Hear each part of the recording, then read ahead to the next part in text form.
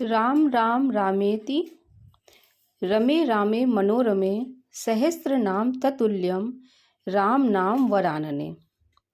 आप सभी को रामनवमी के पावन पर्व की हार्दिक शुभकामनाएं। प्रभु के प्राकट्य दिवस की हार्दिक शुभकामनाएं। जय श्री राम। नमस्कार, मैं एस्ट्रोलॉजर पूजा गुप्ता आपका स्वागत करती हूं अपने चैनल वैदिक एस्ट्रो विद पूजा में।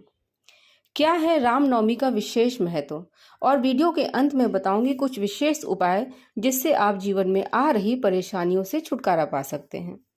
आइए जानते हैं।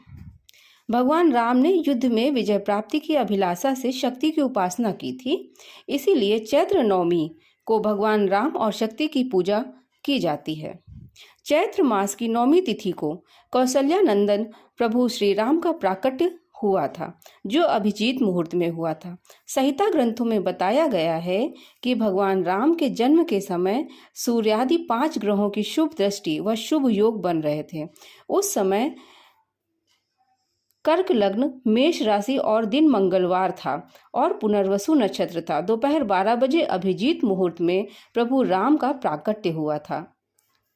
अब प्रभु के प्राकट्य का समय कोई साधारण समय तो हो नहीं सकता है, बहुत सी विशेषताओं व सकारात्मक ऊर्जा से संपन्न समय ही रहा होगा। रामचरितमानस में एक दोहे में स्पष्ट वर्णन मिलता है, जिसमें तुलसीदास जी महाराज ने लिखा है कि अभिजीत मुहूर्त हरि को अति प्रिय है, अर्थात विष्णु भगवान अर्थात राम जी को अति प्रिय है। आप दोहा सुन सकते हैं। नौमी तिथि मधुमास पुनीता, सकल पक्ष अभिजीत हरिप्रीता, मध्य दिवस अति शीत न धामा, पावन सकल लोक विश्रामा। आप दोहा सुन सकते हैं। नौमी तिथि मधुमास पुनीता, सकल पक्ष अभिजीत हरिप्रीता, मध्य दिवस अति शीत न धामा, पावन काल लोक विश्रामा।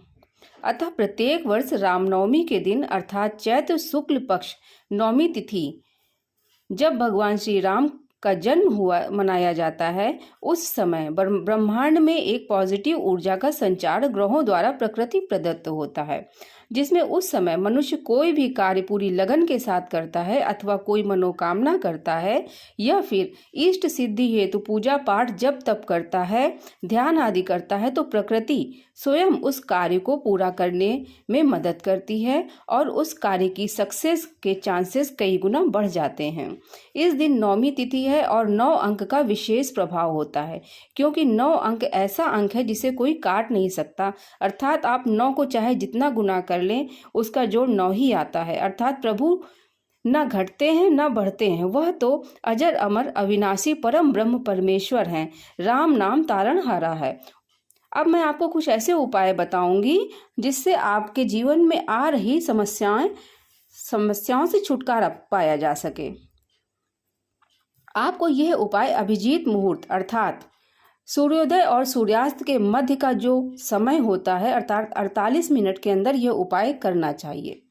सूर्य की गति को देखने के लिए आप जहां निवास कर रहे हैं, आप वहां के लोकल पंचांग का सहारा ले सकते हैं।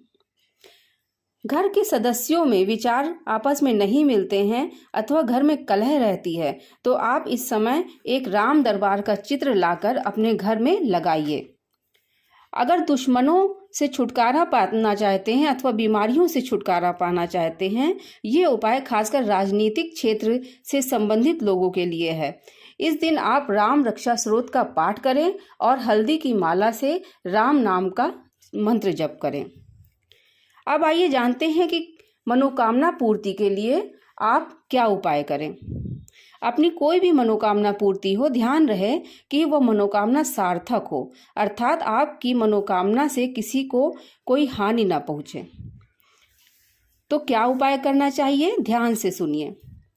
पीले अथवा लाल रंग के आसन में पीले अथवा लाल रंग के कपड़े पहनकर शुद्ध अवस्था में बैठें।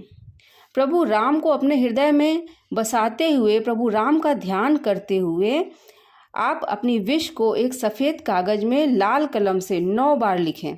फिर हल्दी की माला से 9 माला राम राम का जप करें और प्रभु से प्रार्थना करें कि आपकी मनोकामना पूर्ण हो।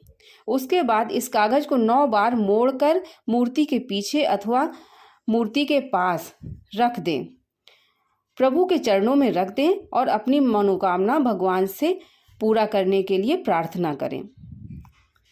कलयुग में एक नाम आधारा, सुमिर सुमिर नर उतरहि पारा।